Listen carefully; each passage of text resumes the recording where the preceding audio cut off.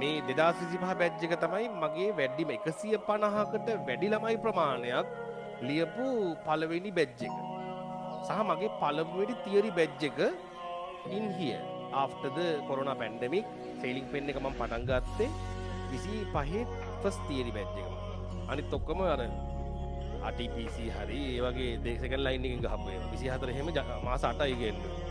24 batch එක. RTPC එක විතරනේ කරේ. කරේ කියන්නේ ඉතින් තියරි පන්තියේ ළමයි ආවේ නෑ මම මොනවා කරන්නේ. මං කරා නෙමෙයි.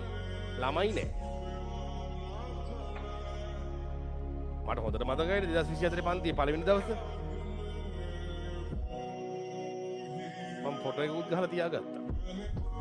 මුකුත් නෑ ළමෙක්වත් නෑ පන්තියේ. හෝල් එක හිස්.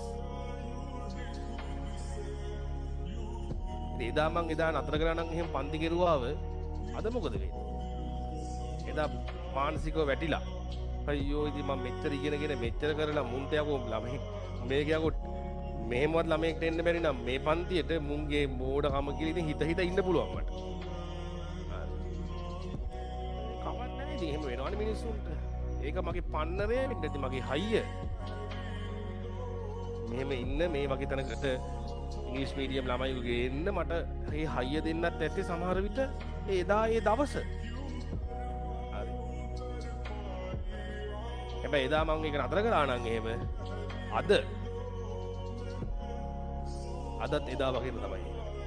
මම මෙහෙට එන්න මම කියන්නේ මම මෙහෙට එනකොට ලංකාවටම ඉංග්‍රීසි මීඩියම් A100යි. දැන් මගේ පන්තියේ A100යි. එහෙනම් මම මෙතන මේක කරේ නැත්තම් එහෙනම් එදත් A100යි. අදත් A100යි තමයි. පන්තිය නෙමෙයි ලංකාව.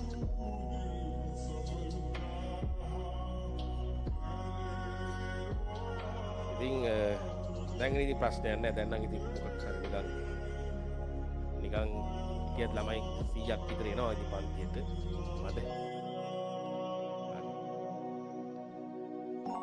මම කල්පනා කරන්නේ අනිත් උන් කොහෙද යන්නේ?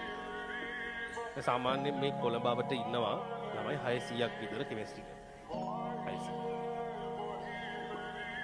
එතන මගේ 25 28 පන්ති ඉන්නවා 180ක් විතර අලුතින්ම ආපුත් නේ. ඉතින් කොහෙන්ද? පස්සේ ඉන්නේ. වැඩි කියන්නේ ඉන්නේ වැඩි වෙලානේ. අයින් මට බෑනේ.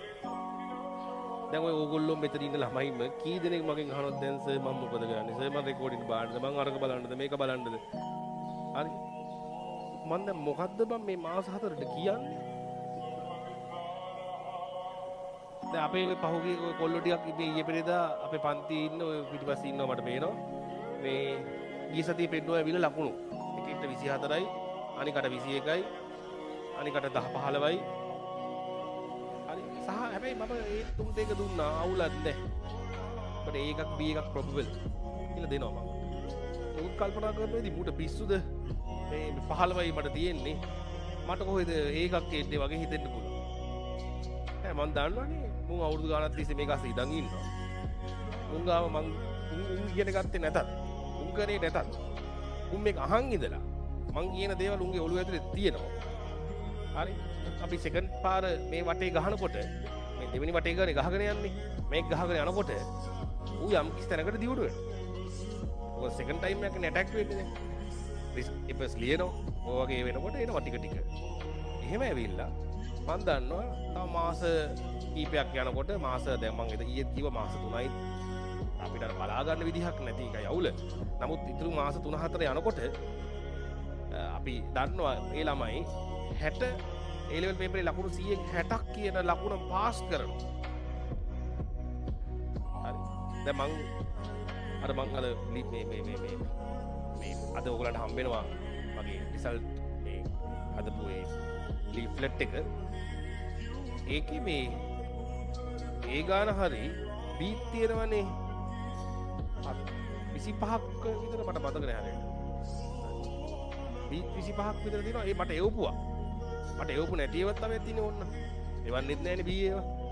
යන්තම් 25ක් විතර එවලා තියෙනවා.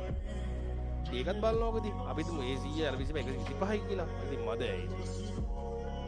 හොඳටම ඇතිනේ ළමයි හිටපු ප්‍රමාණය හැටියට. අමු ගොනාව පවා බී අරන්නේ. අමු මැට්ට 100 එකක් හරි අරන්. අනික අන්තිම එක S එකක් හරි අරන්. ඉඳලා හිටලා ෆේල් එකක් ඇති මට ඉතින් ගෙවන්නයි දන්නේ. ෆේලුත් ඇති ඉතින් අනිවාර්යෙන් ඇති. හැබැයි මම කියන්නේ මේ මුල ඉඳන් මේ අග වෙනකම් ඔක්කොම කරගෙන උඹේ මොලේ කලදක් නැත්තම් ඒත් උඹට එෆෙක්ට් එනවා නම් මම මේ පන්ති නතර කරන්න ඕන. 30 එකක්වත් දෙන්න ඕන. හරි. නැතුව බෑ.